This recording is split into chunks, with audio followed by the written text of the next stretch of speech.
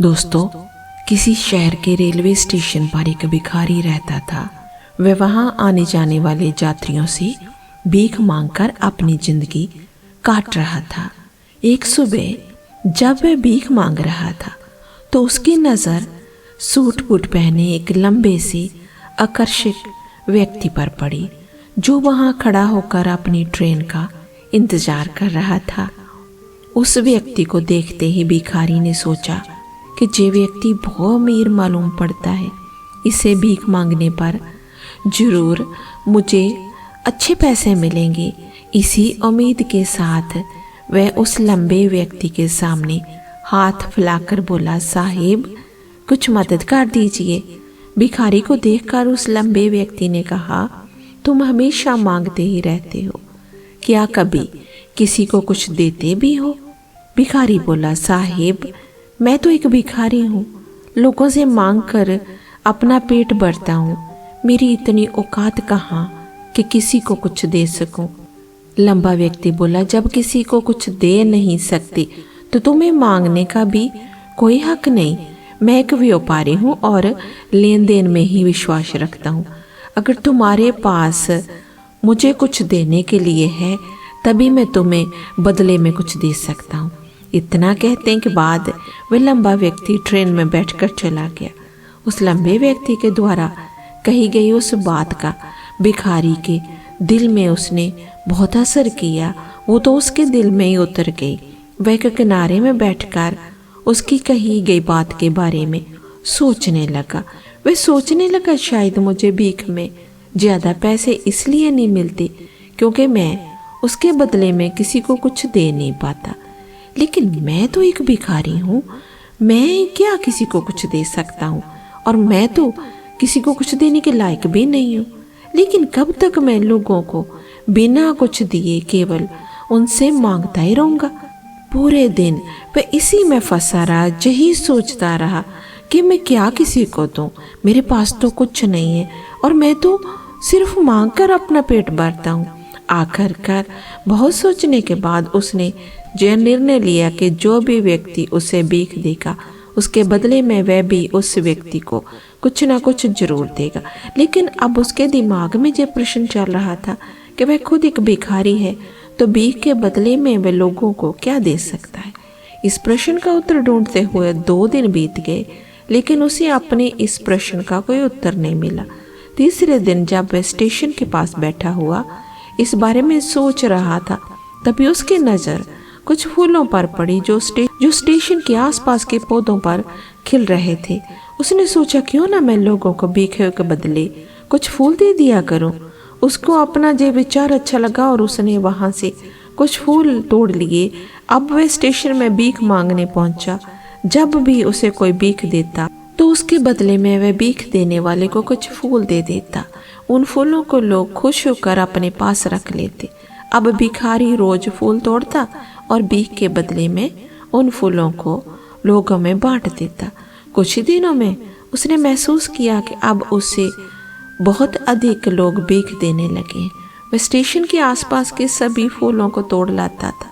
जब तक उसके पास देने के लिए फूल होते थे तब तक उसे बहुत आसानी से भीख मिल जाती थी। लेकिन जब फूल बांटते बांटते खत्म हो जाते तो उसे भीख भी नहीं मिलती थी। अब रोज ऐसा ही चल रहा था।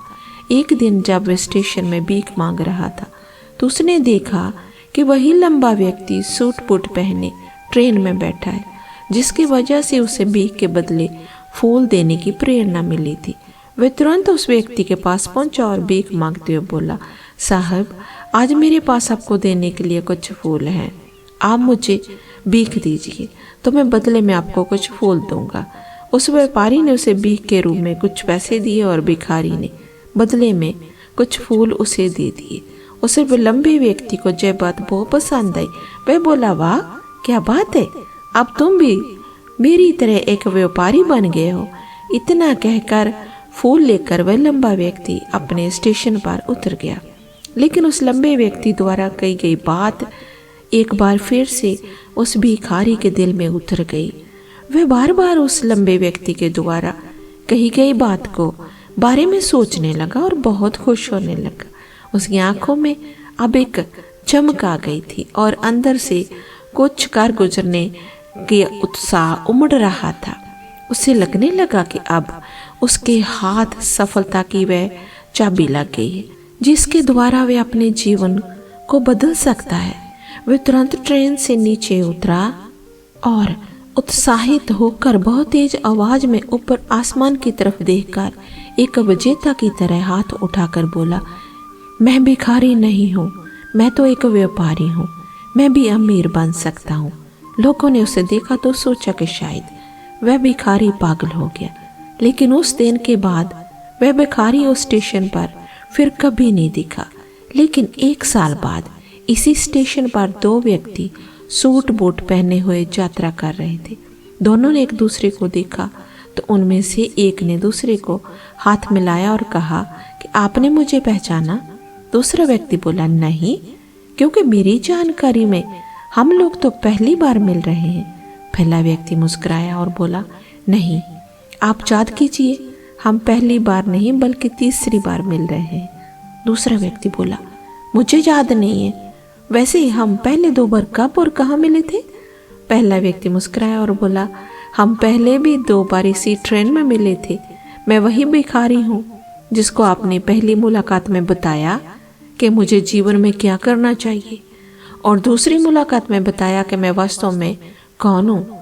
दूसरा व्यक्ति मुस्कुराया और अचंभित होते हुए बोला, ओह, याद आया, तुम तो वही भिखारी हो जिसे मैंने एक बार भीख देने से मना कर दिया था और दूसरी बार मैंने तुमसे कुछ फूल खरीदे थे।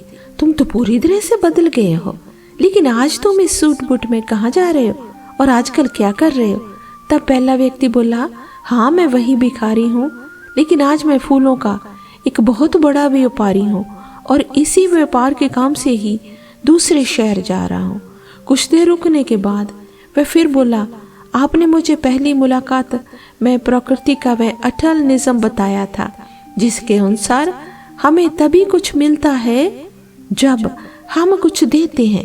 लेन देन का जो निज़म वास्तव में काम करता है। मैंने इसे बहुत गहराई से महसूस किया, लेकिन मैं खुद को हमेशा भिखारी ही समझता रहा। इससे ऊपर उठकर मैंने कभी खुद को देखा ही नहीं, और जब आपसे मेरी दूसरी मुलाकात हुई तब आपने मुझे बताया कि मैं एक व्यापारी बन चुका हूँ। अब मैं समझ चुका था कि मैं वास्तव में भिखारी नहीं रहा। मुझे समझाया कि लोग अचानक मुझे इतनी भीख क्यों दे रहे हैं, क्योंकि वह मुझे भीख नहीं दे रहे बल्कि उन फूलों का मूल्य चुका रहे थे। सभी लोग मेरे फूल खरीद रहे थे क्योंकि इससे सस्ते फूल उन्हें कहाँ मिलते। मैं लोगों की नज़रों में एक छोटा व्यापारी था, लेकिन मैं अपनी नज़रों में एक भिखारी ही था। आपके बताने पर मुझे समझ आ गया कि मैं एक छोटा व्यापारी बन चुका हूँ। उस दिन मैंने निश्चय किया कि मैं अपने इस व्यापार को बड़ा करूँगा। ट्रेन में फूल बेचने से जो पैसे इकट्ठा हुए थे, मैंने इनसे बहुत से फूल खरीदे और फूलों का व्यापारी बन गया। जहाँ के लोगों को फूल बहुत पसंद है और उनकी इसी पसंद ने मुझे आज फूलों का बहुत बड़ा व्यापारी बना दिया। दोनों व्यापारी अब खुश थे और स्टेशन आने पर साथ उतरे और अपने अपने व्यापार की बातें करते हुए आगे बढ़ गए। दोस्तों, इस कहानी से हमें जीवन का एक अनमोल सबक मिलता है कि हमारी सोच ही हमारी तकदीर का निर्माण करती है। जब तक भिखारी खुद को सिर्फ एक भिखारी मांगने वाला समझता है, तब तक उसकी हालत वैसी ही बनी रहती है। लेकिन जब उसने अपनी सोच को बदला और देने की मानसिकता अपनाई, तो उसकी दुनिया बदल गई। जीवन में कुछ भी हासिल करने के लिए हमें पहले कुछ देना पड़ता है। जर्नलिज्म सिर्फ व्यापार में नहीं बल्कि हर क्षेत्र में लागू होता है, चाहे वे रिश्ते हो, कैरियर हो या फिर आत्म विकास। दुनिया के सभी सफल लोग इसी नियम का पालन करते हैं। वे केवल लेने पर ध्यान नहीं देते बल्कि देने की आदत विकसित करते हैं। जीवन में वही व्यक्ति आगे बढ़ता है जो अपनी पहचान को छोटे दायरे में सीमित नहीं करता बल्कि खुद को एक नई दृष्टि से देखने की कोशिश करता है। भिखारी ने जब फूलों को भीख के बदले में देने की आदत शुरू की तो वह अनजाने में एक व्यापारी बन गया। जी हमें सिखाता है कि अक्सर हमारे आसपास ही होते हैं पर हम उन मौकों को पहचान नहीं पाते, लेकिन हमें उन्हें देखने की क्षमता विकसित करनी होगी। अगर हम खुद को सीमाओं में बांध कर रखते हैं तो हमारी दुनिया भी सीमित ही रह जाती है। लेकिन जब हम खुद को ऊंचाइयों पर तक पहुंचने के काबिल मान लेते हैं तो पूरा ब्रह्मांड हमें सफल बनाने के लिए अपना सहयोग देने लगता है। इस कहानी का दोस्तों सबसे बड़ा संदेश यही है कि सफलता आपकी मानसिकता में छिपी होती है। अगर आप खुद को कमजोर, छोटा या योग्य समझते रहेंगे तो परिस्थितियां भी वैसी ही बनेगी। लेकिन जब आप खुद को मजबूत, काबिल और बड़ा सोचने लगोगे तो दुनिया भी आपको वैसे ही देखने लगेगी। इसलिए अगर जीवन में सफलता चाहिए तो सबसे पहले अपनी सोच को बदलना होगा। खुद को सीमाओं से मुक्त करें, आत्म सम्मान जगाएं और अपने सपनों को साकार करने के लिए पूरी शिद्दत से मेहनत करें। जब आपकी मानसिकता सफल लोगों जैसी बन जाएगी तो सफलता खुद चलकर आपके पास आएगी। तो दोस्तों, आपको ये कहानी कैसे लगी कमेंट बॉक्स में जरूर बताना। फिर मिलते एक और बहुत ही प्यारी सी कहानी के साथ। अपना रखें बहुत सा ख्याल, हंसते रहें, मुस्कुराते रहें।